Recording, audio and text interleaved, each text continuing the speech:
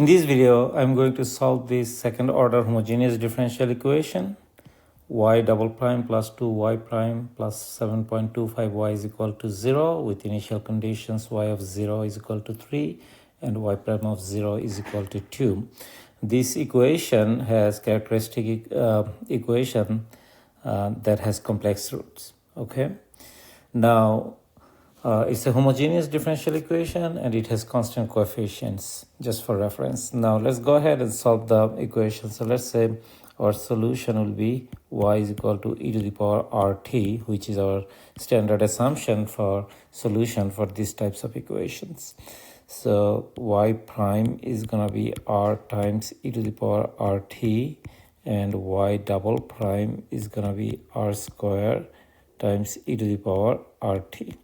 Now, if I plug in all these values into the given equation, I get r square plus 2r plus 7.25 times e to the power r times t is equal to 0. Obviously, this is not equal to 0, e to the power rt, because it's an exponential function. That leaves us with the other one, which should be 0. So it's going to be r square plus 2r plus 7.25 is equal to 0. Just to remind you here, the coefficients are a is the coefficient of the square term, which is 1, b is the coefficient of the r term or non-squared term, which is 2, and c is the constant term, that is 7.25. Now I can use the quadratic formula to solve this equation. So it's going to be r is equal to negative b plus or minus square root of b square minus 4ac divided by 2 times a. So r must be equal to negative b, means negative 2, plus or minus square root of b square. B is 2 square is 4, minus 4 times 1 times 7.25. So let's put it in parentheses, 7.25, and divided by 2 times a, or 2 times 1. So that's going to give me r is equal to negative 2 plus or minus square root of 4 minus square root of, minus 29. All of it divided by 2. So that's going to give me r is equal to negative 2 plus or minus square root of negative 25, which is nothing but I times 5. Okay, divided by 2. So my r1 is going to be negative 1 plus I times 5 over 2, and my r2 is going to be negative 1 minus I times 5 over 2. Now these are my r1 and r2, so that should help me find the solutions. Let's call them y1 and y2, right? So my y1 is going to be equal to e to the power negative 1 plus I times 5 over 2 times t, all right? And my y2 is going to be e to the power negative 1 minus I times 5 over 2 times t. Now I could simplify these two solutions, which is going to be giving me y1 is equal to e to the power negative t times e to the power I times 5 over 2 t. And that I could simplify to e to the power negative t, all right, times cosine of 5t over 2 plus I times sine of 5t over 2. And let's close this parenthesis.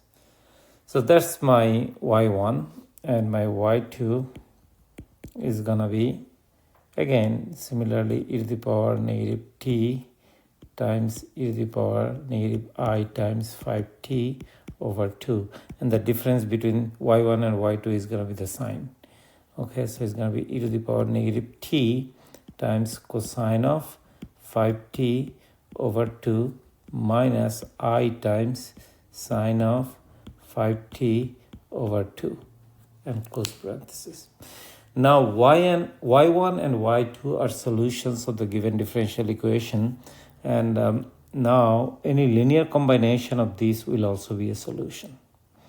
So we find the general solution this way: y of t is equal to k1 y1 plus k2 y2, okay, where k1 and k2 are some constants. So any linear combination of y1 and y2 will be a solution to the given differential equation. So let's go ahead and plug in these values. So my k1 times e to the power negative t times cosine of 5t over 2 plus I sine of 5t over 2. Then plus k2 times e to the power negative t times cosine of 5t over 2 minus I sine of 5t over 2. And that's what my general solution looks like. So at this point, we kind of want to get rid of the imaginary solutions because we are dealing with real coefficient solutions for real coefficient differential equation for second order, which is also homogeneous. So we kind of would like to get real solutions, and that could be done just by making a couple of assumptions. So let's say if I define k1 is equal to k2 is equal to 1/2, then this equation will give me a new function which I call u of t. That's going to be e to the power negative t times cosine of 5t over 2. And similarly, if I assume k1 is equal to k2 is equal to 1 over 2i, from these equations I will get, let's say, another new function v of t is equal to e to the power negative t times sine of 5t over 2. Now my ultimate solution would be y of t is equal to c1 u of t or c1u plus c2 v or v of t. And if I plug it in, it's going to give me y of t is equal to c1 times e to the power negative t times cosine of 5t over 2 plus c2 times e to the power negative t times sine of 5t over 2. Okay, so here I have this solution, a general solution. I need to find the coefficients c1 and c2. So if I use the first condition, y of 0 is equal to 3, so I'm going to get y of 0 is equal to 3 on the left-hand side. On the right-hand side, c1 times e to the power 0, 1, cosine of 0 is 1, so it's going to be c1. But look, this sine 5t over 2 is going to be sine of 0. That's going to vanish the second term for y of t. So we just got c1. Now we need to find c2. In order to find the c2, we could use the second condition, which is the derivative of y or y prime of 0, that is equal to 2. If you take the derivative of y, this is what you will get. Now y prime of 0 is given to be 2 right here. So I'm going to put 2 is equal to, from the first term, you will get c1, because cosine of 0 is 1 and sine of 0 is 0. So that's going to cancel out, and e to the power 0 is 1. So that's going to give you negative c1 actually. This one is negative c1. Then plus 5 over 2 c2. But we found c1 to be 3, so it's going to be 2 is equal to negative 3 plus 5 over 2 C2. If I add 3 to both sides, I'm going to get 5, and then multiply both sides by 2, that's going to give me 10. So 5 times 2 is equal to 5 C2, and that's going to give me C2 is equal to 2. C2 is equal to 2.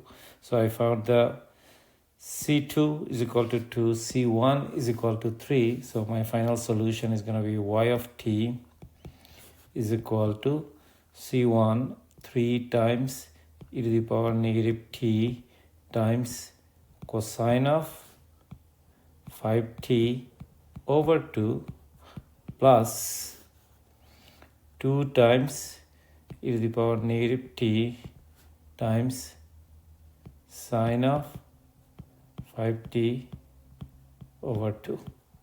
And this, by the way, should be your solution to the given differential equation, which is right here with the given conditions. I hope that this discussion was helpful. Thank you very much.